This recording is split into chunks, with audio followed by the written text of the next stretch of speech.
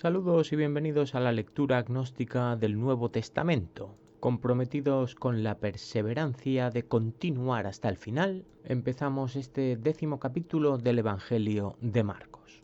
Jesús enseña sobre el divorcio, y partiendo de allí va a la región de Judea más allá del Jordán, y otra vez marchan con él multitudes, y de nuevo les enseñaba como tenía por costumbre. Comprobamos capítulo a capítulo que Marcos no solo copia lo ya leído en Mateo, sino que además también lo hace con los errores de este, a no ser que quienes estemos equivocados seamos nosotros, pero los mapas no nos lo dicen así. Nos encontrábamos, según Marcos, en Cafarnaúm. Esto se sitúa en la orilla occidental del Jordán, en la misma donde podemos encontrar Judea. ¿Cómo puede ser entonces que tanto uno como otro nos indiquen que va más allá del Jordán, como si lo cruzara? Estos son detalles que se repiten y que nada aportan a nuestra verdadera búsqueda. En absoluto sirven para confirmar la existencia de Dios en la Biblia. Y acercándose a unos fariseos le preguntaban para tentarlo si es lícito a un hombre repudiar a su mujer. Los fariseos que no desaprovechan ninguna ocasión de comprometer a Jesús. Respondiendo él les dijo: ¿qué os mandó Moisés? Si todavía hay dudas de a quién viene a representar Jesús, Marcos insiste de nuevo. Su única misión es hacer cumplir la ley, y la ley es única, la de Moisés. Ellos respondieron: Moisés permitió escribir carta de divorcio y repudiar. Los fariseos, conocedores de su ley, aunque parece que no la cumplan, alegan que en esta se permite repudiar a la mujer.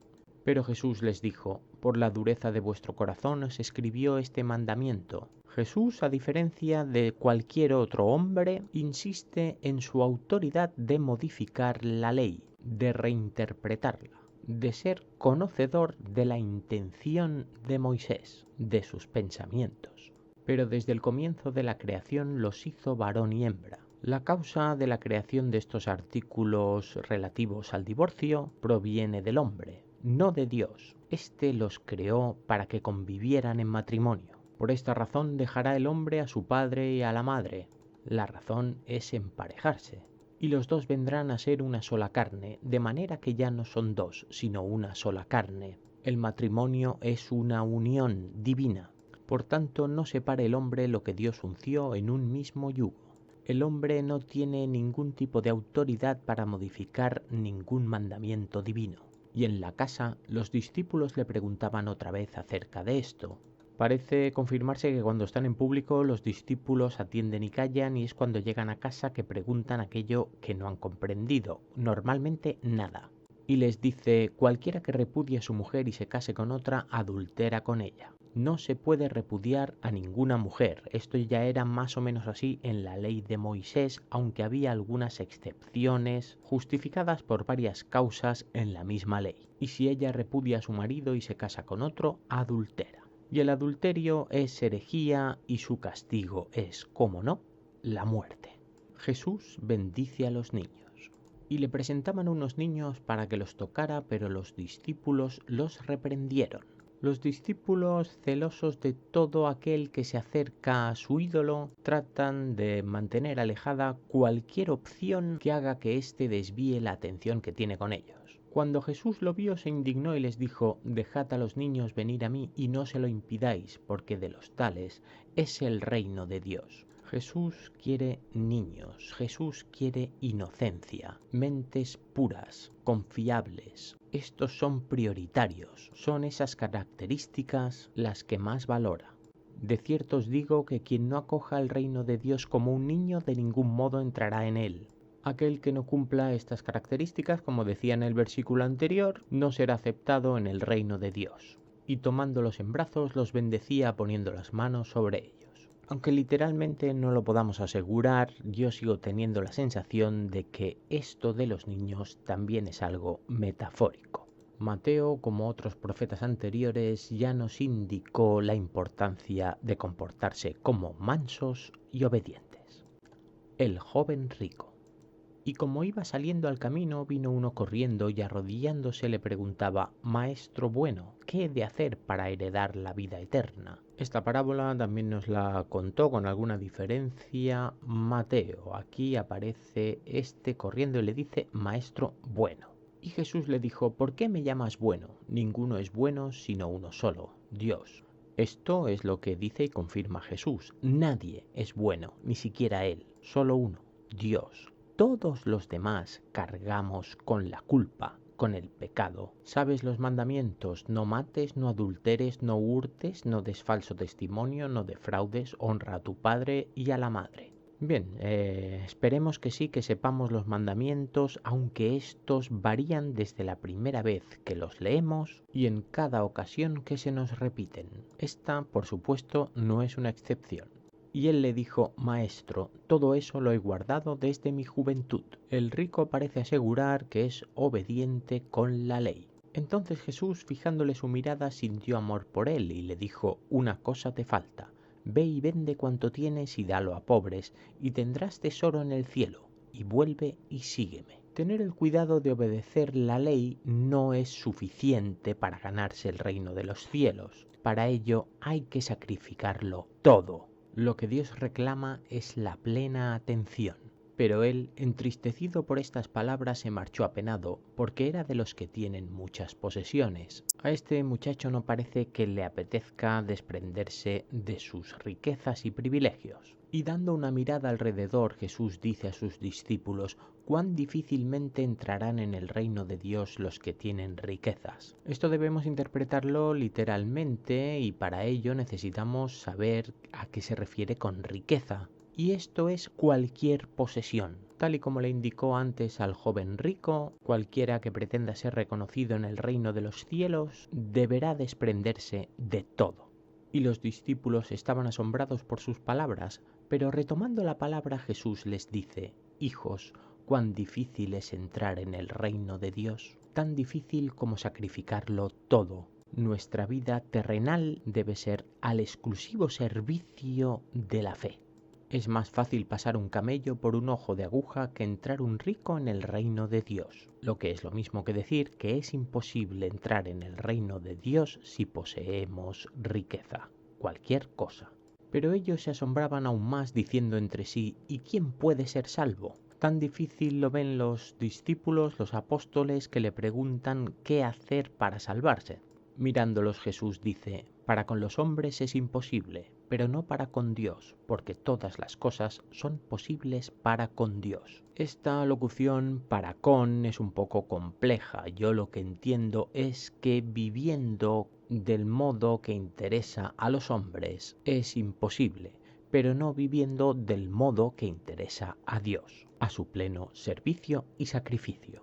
Pedro comenzó a decirle: he aquí, nosotros hemos dejado todo y te hemos seguido. Pedro, el favorito, parece hacerle ver que ellos sí que son dignos de entrar en el reino de los cielos. Jesús dijo: de cierto os digo, no hay quien haya dejado casa, hermanos o hermanas, madre o padre o hijos o alquerías por causa de mí y por causa del Evangelio. Y para saber qué significa exactamente este versículo hay que leer el siguiente, porque continúa: que no reciba 100 veces más ahora en este tiempo casas y hermanos y hermanas y madres e hijos y alquerías con persecuciones, y en el siglo venidero la vida eterna. De cierto os digo, os lo digo yo, que soy el elegido de Dios, porque lo digo yo, que no conozco a nadie que lo haya dejado todo ahora, en este tiempo, en esta vida, que llegado el momento, en el siglo venidero, no sé si esto lo podemos interpretar literalmente, en el siglo posterior a la vida de Jesús, que será cuando Él dice que vendrá la vida eterna, el juicio, que recibirá en ese preciso instante 100 veces más de lo sacrificado. Curioso el paréntesis tras alquerías, que viene a significar posesiones, un tipo de casas de campo, pequeñas villas, con persecuciones, señala aquí. Pero muchos primeros eran postreros y los postreros primeros. Un versículo un poco curioso porque imaginemos que llega a nuestras manos este único Evangelio de Marcos porque como tal es un libro, que no conocemos nada de lo anterior. Este subcapítulo acaba con esto de los postreros y los primeros. Podríamos interpretar cientos de posibles significados. ¿Qué ocurre cuando leemos la Biblia como lo hemos hecho nosotros, en el orden en que se nos presenta? Pues que si vamos al Evangelio anterior, al primero, al de Mateo, se nos explica una extensa parábola sobre los obreros de la viña, algo que Marcos ha decidido obviar. La causa la desconocemos. ¿Ha sido decisión suya o de quien le contó la vida y milagros de Jesús? Supuestamente Pedro. ¿Por qué han renunciado en este segundo evangelio a contarnos esta parábola? No lo sabemos, aunque a mí me hace gracia pensar que habiendo sido continuamente demostrada la falta de entendimiento de estos discípulos, tal vez Pedro resumió aquello que no entendía en algo tan simple como esto. Total, que los postreros serán primeros y los primeros serán postreros. Nuevamente Jesús anuncia su muerte. Y estaban en el camino subiendo a Jerusalén y Jesús iba delante de ellos y ellos estaban asombrados y lo seguían con temor. Y tomando otra vez consigo a los 12 comenzó a decirles las cosas que estaban a punto de acontecerle. Los discípulos le siguen incondicionalmente, pero siempre con temor. He aquí subimos a Jerusalén y el Hijo del Hombre será entregado a los principales sacerdotes y a los escribas y lo condenarán a muerte y lo entregarán a los gentiles. Jesús, que cada vez parece más consciente de su herejía, según la ley, también lo es de lo que ello implica. Y se burlarán de él y lo escupirán y lo azotarán y matarán, pero después de 3 días se levantará. A diferencia de cualquier sentenciado a muerte, este Jesús, según él, por su ascendencia divina, resucitará al 3er día. Petición de Santiago y de Juan. Jacobo y Juan, los hijos de Zebedeo, se acercan a él diciéndole: Maestro, queremos que nos hagas lo que te pidamos. Pues no, o sí, porque ¿cuál de las versiones debemos creer? ¿La de Mateo o la de Marcos? ¿La del apóstol o la del seguidor de Pedro? ¿La que dice que se acercaron estos dos o la que dice que quien se acercó fue la madre y aquí ha desaparecido? Yo, ante la falta de consenso, prefiero dudar de ambas. Y él les dijo: ¿qué queréis que os haga? Bien, pues que él les dijo habrá que creérselo también, sea lo que sea que les diga. Entonces ellos le dijeron: concédenos que en tu gloria nos sentemos uno a tu derecha y otro a tu izquierda. La petición sí que es la misma que según Mateo hizo la madre por ellos, que en su gloria no sabemos si terrenal, en su segunda venida, o celestial, estos quieren su lugar privilegiado. Pero Jesús les dijo: no sabéis qué pedís. ¿Podéis beber la copa que yo bebo o ser bautizados con el bautismo con que yo soy bautizado? ¿No sabéis qué estáis diciendo? ¿Queréis compararos con Dios? Y ellos le dijeron: podemos. Entonces Jesús les dijo: la copa que yo bebo beberéis, y con el bautismo con que yo soy bautizado seréis bautizados. Parece entonces que ellos sí que se equiparan en la misma categoría que Jesús, porque dicen que ellos también pueden hacer aquello que él hace. Claro que no es tan difícil beber de la misma copa que uno, ni que les bauticen igual que le hicieron a él, aunque esto es un poco más complicado ya que quien le bautizó a estas alturas ha muerto. Pero el sentarse a mi derecha o izquierda no es mío darlo, sino aquellos para quienes ha sido preparado. Estos sitios privilegiados ya han sido concedidos. Y oyéndolo, los 10 comenzaron a enojarse a causa de Jacobo y Juan. Los demás, ante el egoísmo de estos 2 trepas, se enojan. Pero Jesús los llamó y les dijo: ¿sabéis que los que suponen ser gobernantes de las naciones se enseñorean de ellas y los magnates de ellas ejercen despóticamente su autoridad sobre ellas? A resumidas cuentas, que el poder corrompe. Pero entre vosotros no es así, sino que quien quiera llegar a ser grande entre vosotros será vuestro servidor. Con vosotros no correremos este peligro, porque aquel que se crea mejor que otro acabará siendo el último de la fila. Los postreros serán los primeros. Y el que quiera ser primero entre vosotros será esclavo de todos. O lo que viene a ser lo mismo, cuidado con los pelotas y trepas, porque el que más pida, menos le será concedido. Porque ni el Hijo del Hombre vino para ser servido, sino para servir y dar su vida en rescate por muchos. Porque incluso aquel que es señalado en las profecías como el Hijo del Hombre ha venido para servir. ¿Para servir a quién? Al único al que se debe servir, a Dios Yahvé. El ciego Bartimeo recibe la vista.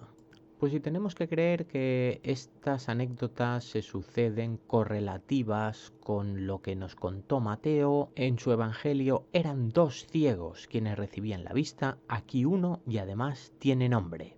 Y llegan a Jericó, y al salir de Jericó, él y sus discípulos y una considerable multitud, he aquí, estaba sentado junto al camino un mendigo ciego llamado Bartimeo, hijo de Timeo. La única posibilidad para que coincida con lo que nos contaba el evangelio anterior es que Timeo, el padre, también fuese ciego. Cuando oyó que era Jesús el Nazareno, comenzó a gritar y a decir: Jesús, hijo de David, ten misericordia de mí. Parece que el que grita es el hijo Bartimeo, y atención, reconoce, como en muy pocas ocasiones ha sucedido en este segundo evangelio, a Jesús como hijo de David, heredero de la estirpe de David. Y muchos lo reprendían para que callara, pero él gritaba más y más: Hijo de David, ten misericordia de mí. El ciego no se achica y sigue gritando. Jesús se detuvo y dijo: llamadlo. Y llaman al ciego y le dicen: anímate, levántate, te llama. Aquí continúa habiendo un único ciego, insisto que en el anterior eran 2, por lo tanto sigo dudando tanto de un testimonio como de otro. Entonces él, arrojando de sí el manto, se puso en pie de un salto y fue hacia Jesús. Este ciego se ve reclamado y allá que va. Dirigiéndose a él, Jesús le dijo: ¿qué quieres que te haga? Y el ciego le dijo: Raboní, que recobre la vista. ¿Qué va a pedir el ciego a aquel que todo lo cura? Pues lo que más desea. Para el ciego, atención, este Jesús lo identifica como Raboní, un título muy parecido y probablemente superior al de Rabí. Y Jesús le dijo: anda, tu fe te ha sanado. Y al instante recobró la vista y lo seguía en el camino. Porque repito, para que no se nos olvide, que cualquier dolencia o enfermedad tiene su causa en la desobediencia a Yahvé. Si nuestra fe es firme, seremos sanados. Hasta el próximo capítulo. Un saludo.